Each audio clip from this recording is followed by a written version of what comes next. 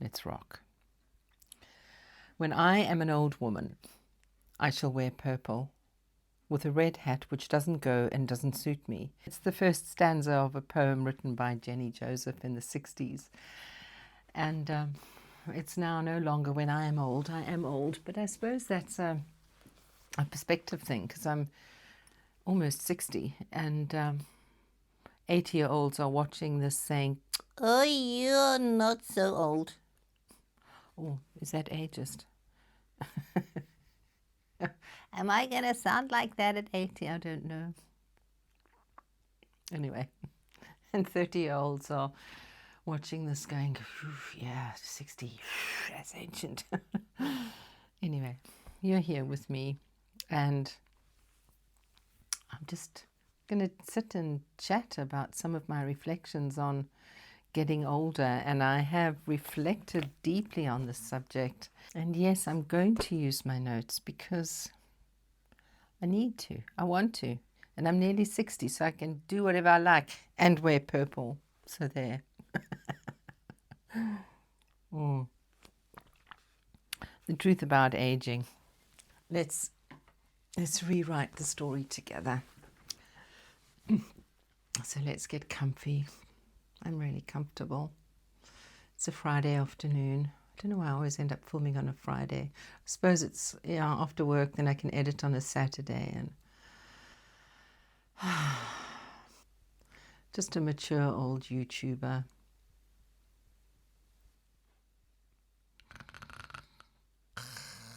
Oh, sorry.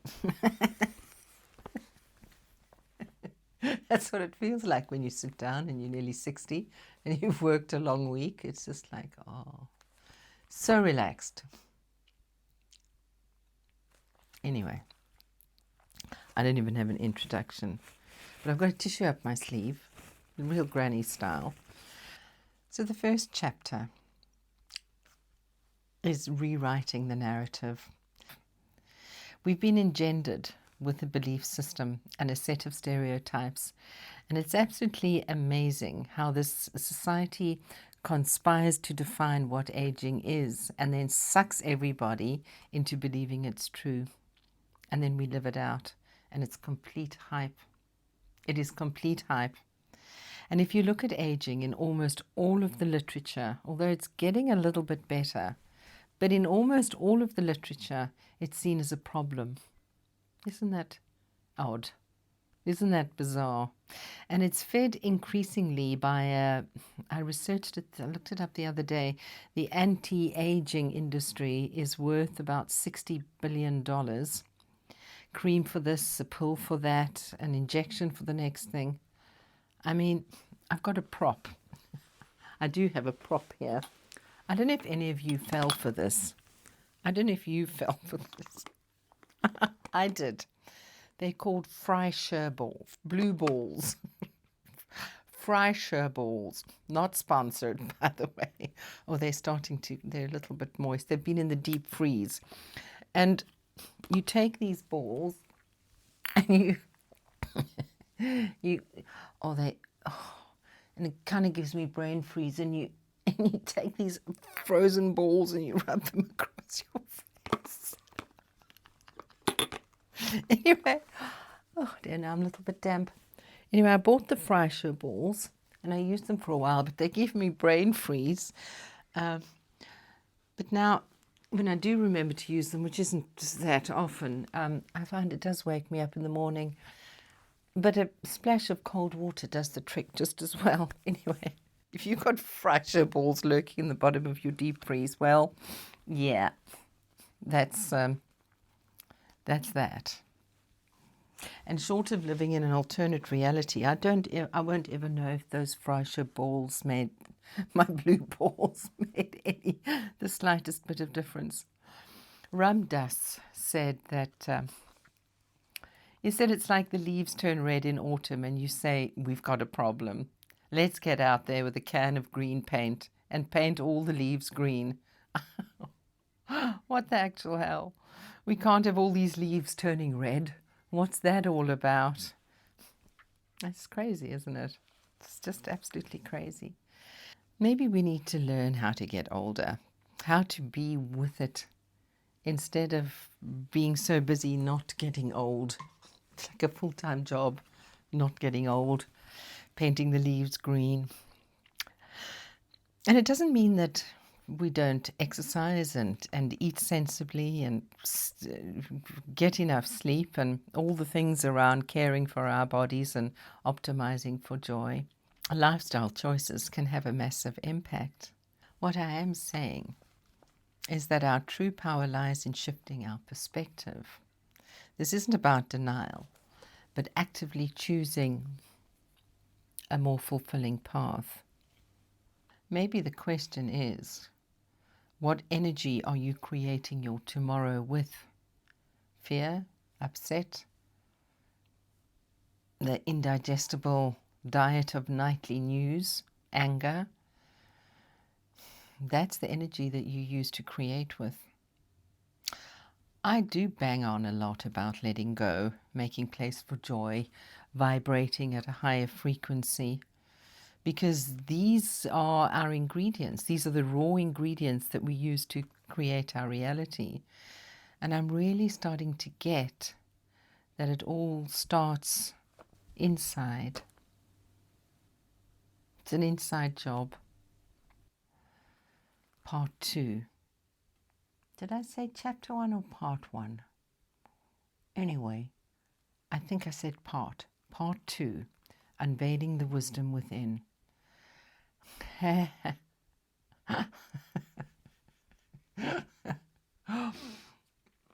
really embracing my inner granny today, I must say.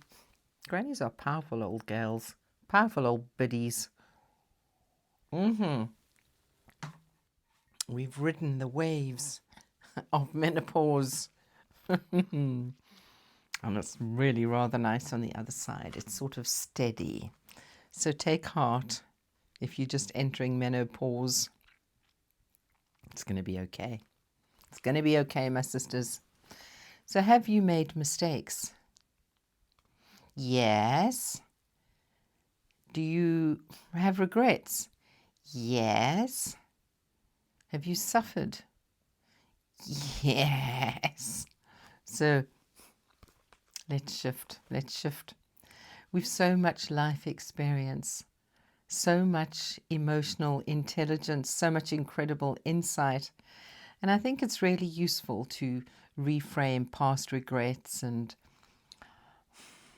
our sufferings and our pain and appreciate the wisdom that this brings. It's really worth journaling about. So there's that. And then if you can't release old neuroses, just welcome them. Let them be like children sitting at your feet, part of your style. It's how you are. And if you have the odd melodrama, whatever, so what? Will they like me? Nobody likes me. Whatever the thing is, just make friends with it. I find I'm not always, I don't always get it right. I've just emerged from a really tough week of being in my own head, man, getting stuck in my own head. And I'm always banging on about letting go and stepping into your feelings. And then when I forget, the suffering, it's like Monday, Tuesday, man, I could taste it was like metal in my mouth because I was just in my head. But I knew it would pass, and it did. And I'm back on a slightly more even keel. A little tired, but yeah, it's all a journey. None of this is about perfection. And as you climb into the noticer more, as you are able increasingly, and I find I am increasingly able to climb into the noticer, the part of me that's observing myself, feelings of inadequacy and depression and whatever, it comes and it goes. You notice it and you don't push it away, and then you let go. And letting go implies that you actually do something. You don't have to do anything. You just observe it. It's like watching ice melt. You just watch it until it melts and it's gone. And eventually the little puddle dries up. It happens naturally. You shine a light on it, observe it, and it goes. And then there's the stuff that we've accumulated. We've spent a lifetime accumulating stuff. And it's a myth of our culture, really. I'll be happy if. I'll be happy when. Oh, if I just have a little bit more. I just need to buy that one last thing. And I know then I'll be complete. And as we get older, I think it gets a little bit scary because we've based a life on collecting things. The goal is to be free. There's nowhere to stand, no thing to own, no purchase to make, nothing to eat, nothing to drink, nothing to consume to get out of emotional pain. I'm starting to realize that to be free, to feel some peace, you can't push things away and you can't grasp them. You're simply here in the moment with whatever is or isn't. Christ says, be in the world, not of it. And the Buddha says, the causes of suffering is the clinging of the mind.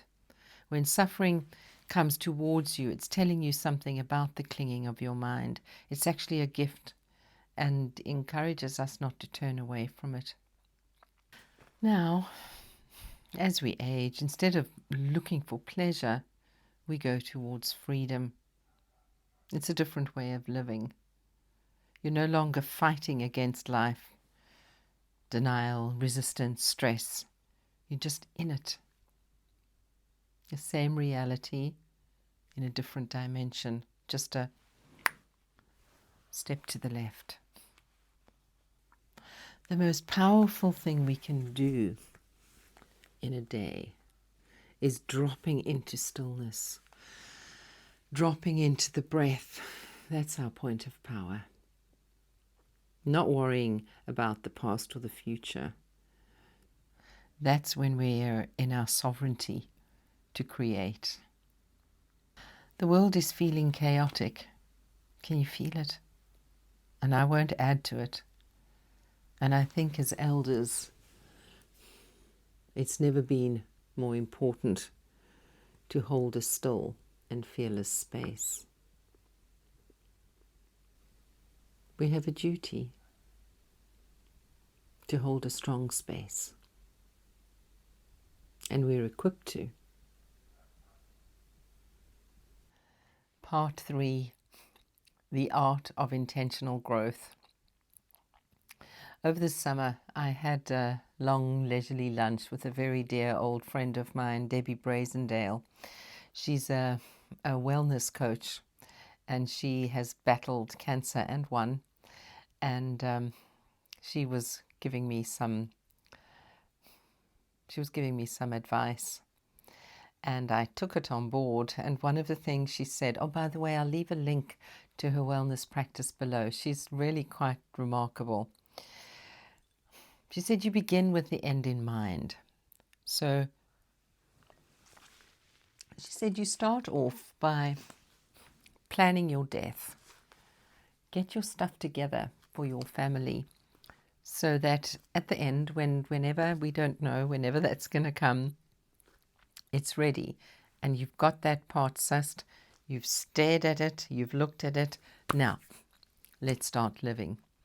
So I am a great one for taking good advice, and I went home, and now I've organized and filed all my paperwork. It's impeccable.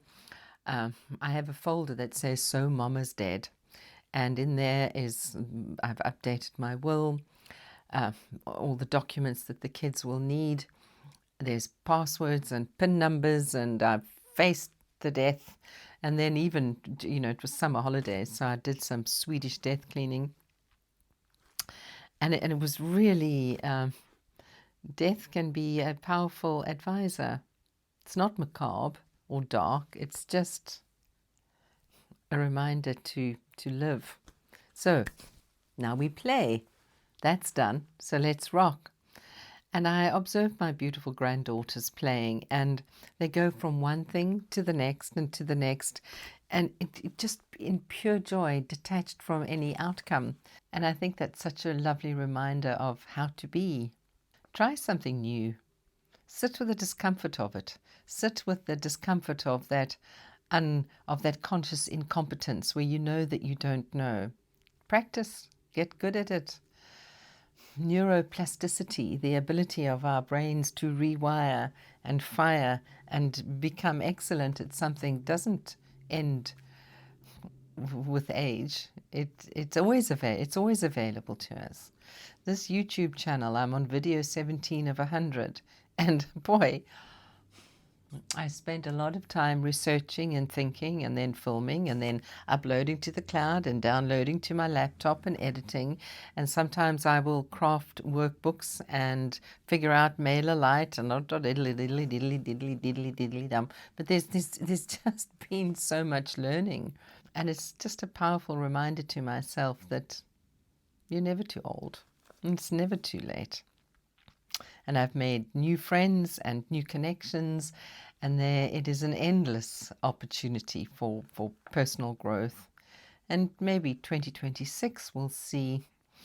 I'll probably write a book. The last book was a boring, chaotic mess of. It was just a disaster.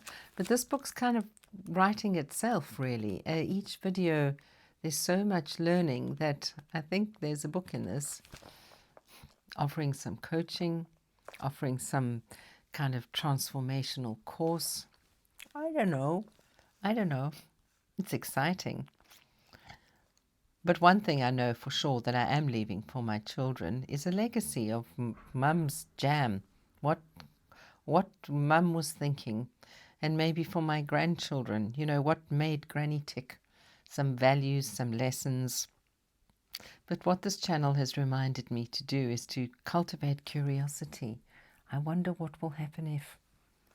So what would you like your next glorious act to be? How do you want to play and observe? And divorce from any outcome. Just enjoy the process.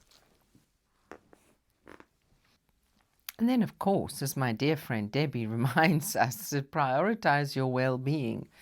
And she talks about lifestyle, and the chickens do come home to roost.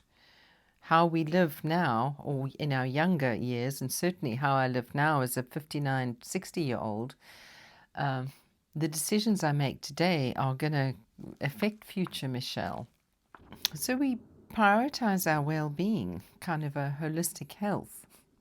Practices that support vitality and joy. We sort out the sleep and the nutrition and the exercise, and the goal is vitality. I don't want to get a great body to get the guys. I just want to feel vital and energized so that I can tackle these yummy experiments I want to run, these things I want to try. So I think it's important, the art of intentional growth is to stay curious, stay playful, divorce from outcome. Past Michelle will have been quite intense about get the coaching off the ground, design the course, go, go, go, go, go, like this jackhammer. And now with this channel, with the things that I want to try in the upcoming months, it's kind of, well, they'll buy, don't buy, join, don't join, noodle, don't noodle. Oh, it's actually funny. I'm so detached from something I haven't even done yet. But you get the point. You get my drift. Part 4. Your